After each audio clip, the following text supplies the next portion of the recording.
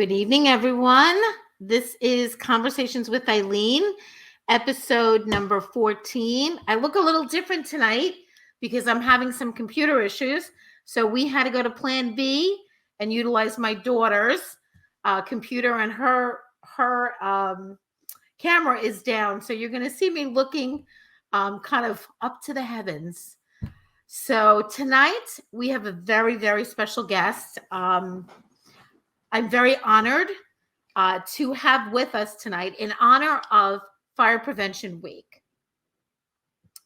We have Second Assistant Chief Joe Gerrato, and he is coming up on his 25th anniversary as a volunteer firefighter. So let's go ahead and bring him on. There we go. Hi, Joe. Good evening, Eileen. How are you? You look so much better than me right now. How are you? Good, very good. Yourself? Thank you so much for being with us. So, Fire Prevention Week is a very big, in my opinion, it's a very big event. And it's an opportunity to have discussions with the community on, the do's and the don'ts.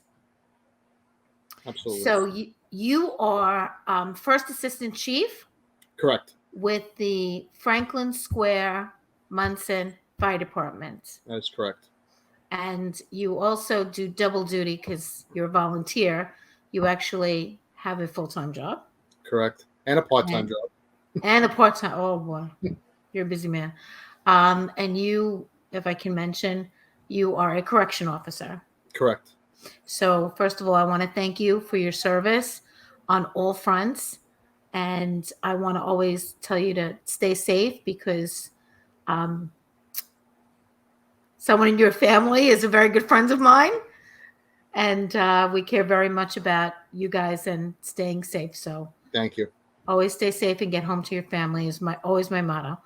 So, with that in mind, let's kick off Fire Prevention Week.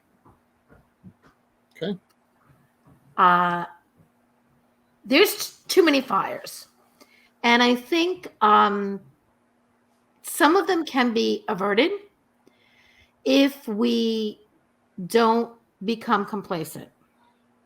If we are mindful of the things that we should be doing, and maybe the things that we shouldn't be doing. So why don't I give you this opportunity and you do your thing? Okay. Well, first, fire prevention, it's always a week in October. This year, it's October 3rd to the 9th. And a lot of the volunteer fire departments hold events at their firehouses. They also go to the local schools. They do community outreach to continue the safety of fire prevention. A lot of the stuff that happens is we forget the simple things in our homes, as simple as putting too many electrical devices in a power 6 strip, too many outlets in a wall, air conditioners and refrigerators into power strips, things like that. Just bringing back the things that we forget about. Cooking, the simple things of moving a pot handle in, not wearing loose-fitting clothes when you're cooking. Just all the simple things, like when I teach fire prevention stuff to seniors and stuff in the community and different outlets, I have a PowerPoint presentation. I bring a lot of things and I show them simple things that they forget. Like simple things is metal in a microwave. Some people don't realize a lot of our grandparents and older people in the houses still have the old, nice decorative plates, the china cabinet. Right. They don't realize that decorative ring around the edge, it's metal. So if they put something in the microwave, you can have a spark, you can have a fire. So a lot of people don't realize those small things. Right. Simple things as our countertops. Our kitchens are getting nicer, open concept. We're buying more fancy fryers, air fryers, coffee makers, Keurigs. Leave them plugged in, but we need counter space. What does everybody do? We push them up against the wall, the wall. Okay. And they forget the wire gets compressed.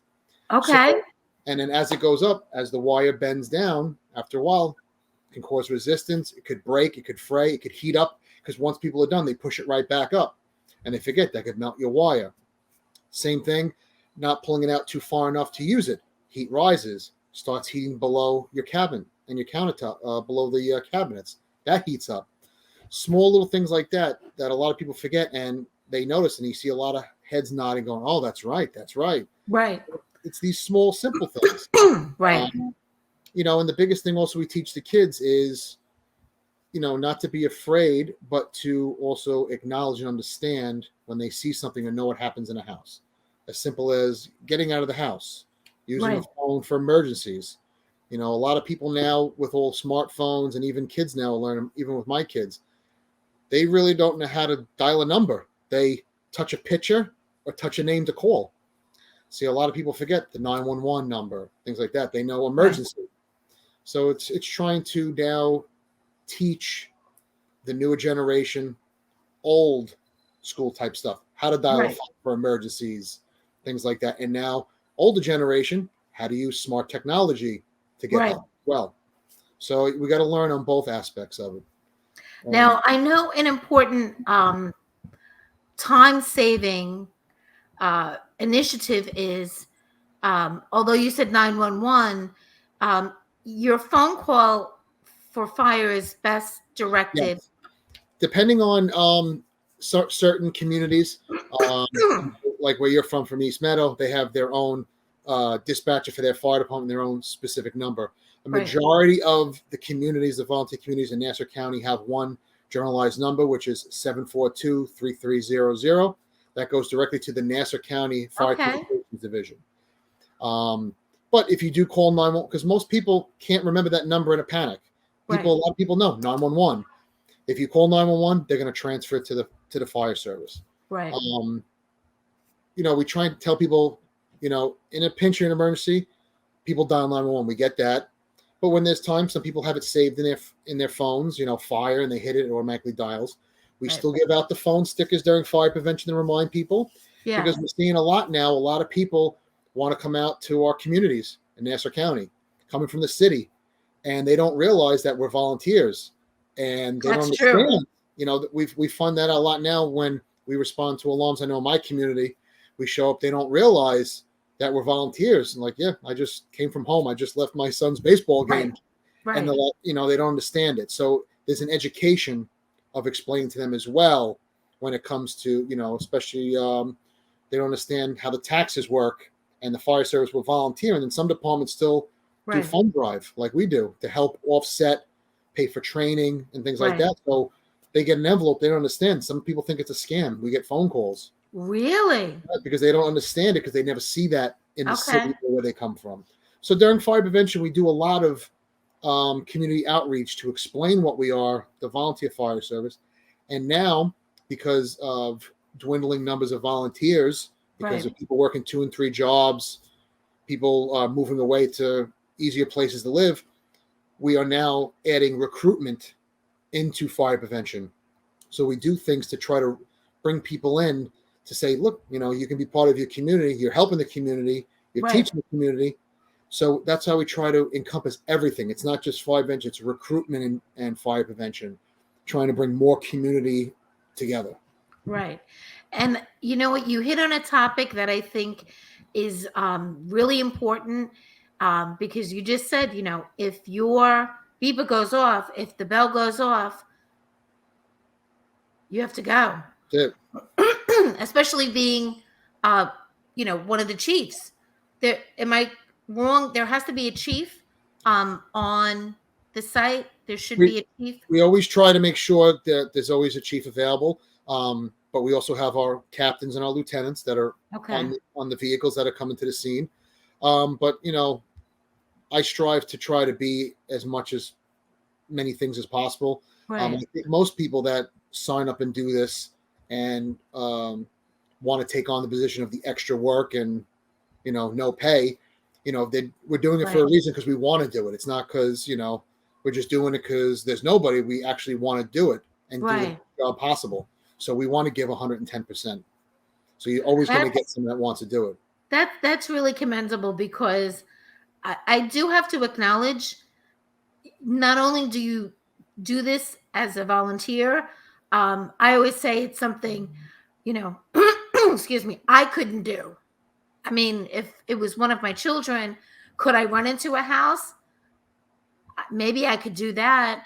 But is that part of my constitution? No. But you actually have two very, very demanding jobs. And I give you a lot of credit, because it has to wear on you. I mean, it really It's does. stressful. It's there's stress. There's some anxiety. There's juggling family life. Right. Some jobs and some other organizations are more understanding. Some are not. You have to work it out. It does put a strain on family life. Especially, I have 2 young kids that are doing a lot now. Yeah. Sports, Boy Scouts, gymnastics, baseball, hockey. School's back. Everyone's back in school, so now we're back to real homework again. And and so it's it's a lot to put on a plate, but I try the best I can. I try to manage. I try to make sure everything's done. I prioritize what I have to do. Right. And my family is a big first responder family, as you know. Yes. From my brother, my nephews, nieces, everyone's involved somehow. My wife, everyone's involved because that's what we do. So it's an understanding amongst our family. So that's the most important thing, when we teach, especially during fire prevention and recruitment, is you have to have your family support. Right. Without that support, you can't complete anything. Right. And do you do recruitment throughout the year, or is it? Yes, we've tackled a lot with social media. We've done, a lot of places we're throwing a lot against the wall to see what works. Yeah. We're doing social media. We did during the pandemic, we did virtual meetings because we couldn't go to the schools. Sure. We also put up on Facebook applications. We've done things on Indeed. We're doing everything. Right. It's funny, a lot of the courses and seminars that we go for training, now they have training courses on social media and how does it affect your volunteer fire service. So there's a lot of things, because everyone now, they've got their phones in their hands, they're on something. So we're trying to target that. But the new generations now that we're finding, they're not ready to do anything for free, or they don't understand the history of the fire service, that it always was families, brothers, sisters, uncles, So we're trying to adapt to a new generation, but trying to keep the old training techniques, but molding it to a new way. Now, I know that because I have a friend that lives in that area. There was a business that was hit not too long ago, I believe, right on Franklin Avenue. It was probably close to a year ago. And they had complete devastation, and the community really came out and rallied around them. It's kind of a redundant question, but do you feel that the community understands the sacrifice that you? I think some do and some don't. Like I said, we have a lot of people that are coming into our communities that are not familiar with, people leaving their houses. Sometimes in an emergency, we find it a lot that some people, during an emergency, it may feel like hours that someone's getting there. Right. But really, realistic, majority of the time, we're on scene within 3 to 4 minutes, sometimes 3 to 5 minutes. And you got to think about it. Leaving a house, getting in a car, talking on the radio, find out where you're going, put your seatbelt on, just like a regular car, Right. You're doing the same things, getting there safely, So a lot of, the time frame, we get there and we've had people say, I've been waiting 5 minutes. It's only been 2 minutes, ma'am. They don't understand that. But when we explain to them, hey, I'm coming from my house. Right. Your house? No. Right. We're volunteer. You volunteer, yeah. So, it's an education. And COVID did not give you an exception to go out and or to say, I'm sorry, we're in a pandemic. We were the only ones. I can't come out. No, you had to put yourself in that situation of this is the role that I've chosen. This is the responsibility. I take it seriously, and someone's in need of help, and that's my duty. I'm going to help them. Yep. It did change the way we operated a lot until we Mhm. understood a lot. It was a lot of, social distancing, not entering homes unless we had to, Right. standing at a curb line, talking to people, sometimes even using a microphone, from our trucks, PA system, to find out what's going on. Right. Right. It changed a lot of people. And it did scare off a lot of people, I think, too, for the emergency services part. Because we did have a lot of, we were doing a pretty good recruitment drive at the time, and we had people that were slated to come in, and they got scared. And understandable, because we were all dealing with the unknown.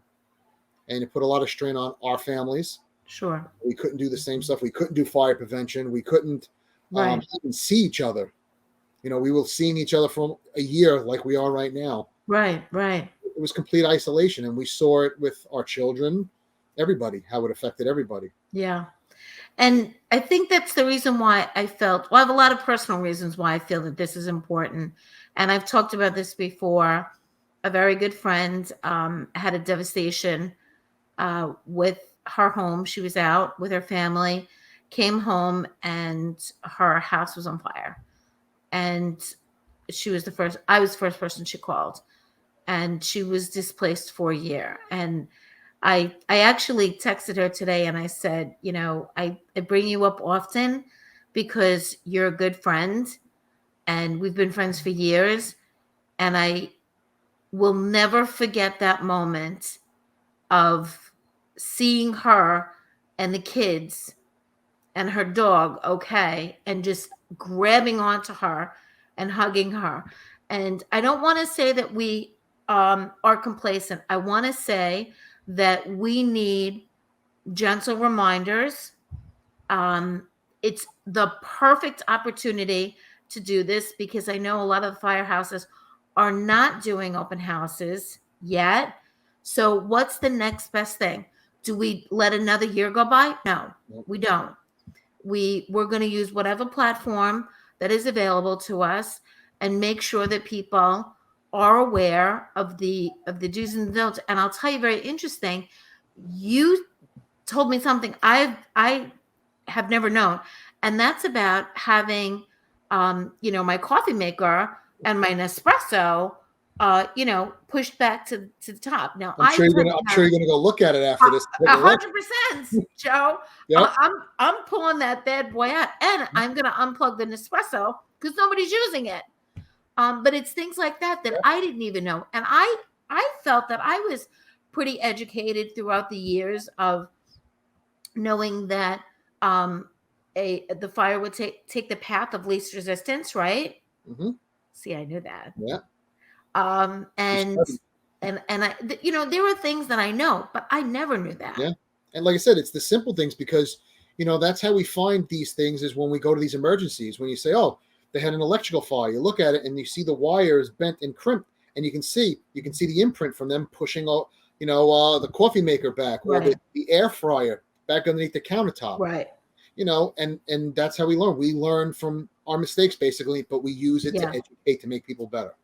I promise you, someone is going to hear that and go, I didn't know that. Yep. Because I have friends, and I'm somewhat of a neat freak. I don't like anything on my counters, and I don't like anything in my sink before I go to bed. However, I do have friends that have, a toaster oven, and they have, multiple items. And I will tell you, I bet that after they see this, they are going to rethink, how many appliances am I going to leave on my counter, and how am I plugging them in? Yeah, like I said, when I do the talks, when I do the fire prevention talks for my part-time job, I do fire prevention and inspections of buildings. And that's one thing when I do my interactive PowerPoint with them, is I say, listen, I'm not teaching you, I'm re-educating, reminding you. When I go over stuff, I see their faces, and everyone looks at each other and go, oh my God, I forgot about that. And you get a lot of questions, And simple things, we try to make things easy, like space heaters. Winter time's coming, fall's coming, Oh, and people you want to scare save me. money on gas and oil. So a lot of people use space heaters. And I No. remind people, and there's a little saying that says, when you have a space heaters need space. People forget they put them close to things. You don't realize how far that radiant heat Yeah. comes out.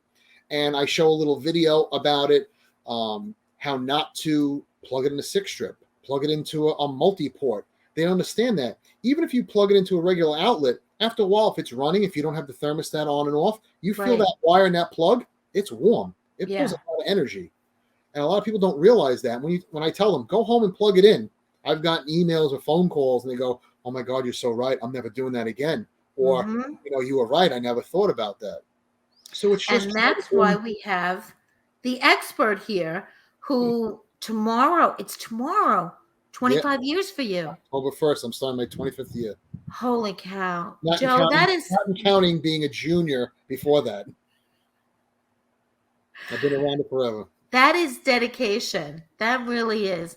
And, once again, I want to thank you, because if this saves one person, It was worth it. then we did our job. Yep, absolutely. And if we make one person go upstairs and unplug her Nespresso and move her other thing, then you've done your job. Or another, before we end, big thing I also talk about is the holidays, Christmas light, things like that. A lot of people don't realize the biggest thing that I talk about, everyone's looking to save money. We're all looking, during the pandemic, everyone was buying everything online. One important thing is when you buy Christmas lights, a lot of people don't really read things, just like when they buy food, no one really reads the ingredients. They just, I need that and I take it. When you buy Christmas lights, electronic devices, there's a label on it. It's called a UL label. Mm-hmm. Okay, that means that it was tested and it meets all recommendations. Okay. You need to have that because that's showing it's a certified electrical product. Okay. A lot of people buy stuff from these 99-cent 5 and 10 stores. No. And those Christmas lights, if you look, they may not have it on there, and they're cheaper and they burn out and they catch fire. There was an incident many years ago in another state where a store like that was making up the labels and sticking them on their products. And I had a video of it, what I show, where they showed like it was like an investigative report of like on the news, and they went to a store and they bought lights and they laid them out from a Home Depot, a Lowe's, an Ace Hardware, and then from these 99 cents. They all look the same, but when you go to the back, the UL is printed on the boxes, but in the 99-cent stores, it was a label and they peeled it off. So there's a lot of deceit out there. So you got to know what you're buying. Right. Make sure it's fused. Make sure that, they're not sitting in water. Make sure you're not plugging multiple units together. Read what the boxes tell you and the recommendations. Right. Because we get that. Thank God, a lot of the stuff that we get when there is Christmas lights issues, they're outside. They don't have a proper GFI outlet outside and it gets wet, shorts out. It follows the lights and it catches that. But these are the small things we got to remind people. Make sure you're using the proper extension cords outside that are made for outside. Right. Proper connections. I mean, we've seen, the old Christmas lights, we go to some of the houses, our old grandparents in the town, they have their old lamp wire extension cords with no ground plug, and they have the adapters to convert it. We see it all. It's worked for them for 50 years. But you know what? Yeah. Don't take that chance now at year 51. You mentioned the ornaments outside. Yeah. Guess how my friend's house fire started? From an ornament outside? Yeah. Wow. It shorted. So scary. It's like I said, it's the things that we don't realize and the simple things we forget about. Yeah. Yeah. And one thing, what I always teach and that we try to teach as a fire service is, well, when we do our stuff, is go through your house, walk through your house and look around. After we talk about things, look what you think could be a potential. Right. Putting things under stairs, because you think about it, people want to store things. People put things under stairs. And when we bring to them is, if you have a fire in your basement because your oil burner or your gas dryer, whatever it may be, we need to go into your basement with our hose lines and find the fire. How are we getting to your basement? We got to use those stairs. So if there's a fire and that stuff under those stairs catch fire. Now we can't get down, or if we do get down, we ain't getting out. No. So we bring these things of, housekeeping things, like check your Right. house. Some of the old houses that have their old oil heaters and boilers still hang their clothes in their boiler rooms because to dry Oh, their wow. clothes. Yeah. So if you think about it, if there's ever a fire happens in there, now you have fabric hanging all over. Oh, that's just So it's yeah. things that we try to remind people Yeah. to make themselves safe. Well, I think that we hit on a lot of good points today. And I really, really appreciate you taking the time. I know you're extremely busy. I know that you said you were throwing the kids outside. So, Yeah, they're all playing. They're good. they'll sleep good tonight. It's beautiful outside. Good. Absolutely. Well, thank you so much, my friends, Thank you for inviting. for coming on. It's an important topic, and it's really important to have a professional come and give us, like I say, these gentle reminders on the do's and the don'ts. And I would definitely say anyone that watches this or you send it to, if they have questions, they're interested, go to their local firehouses. Yes. They're always there. Ask questions, ask friends. If you know someone's a volunteer, ask them.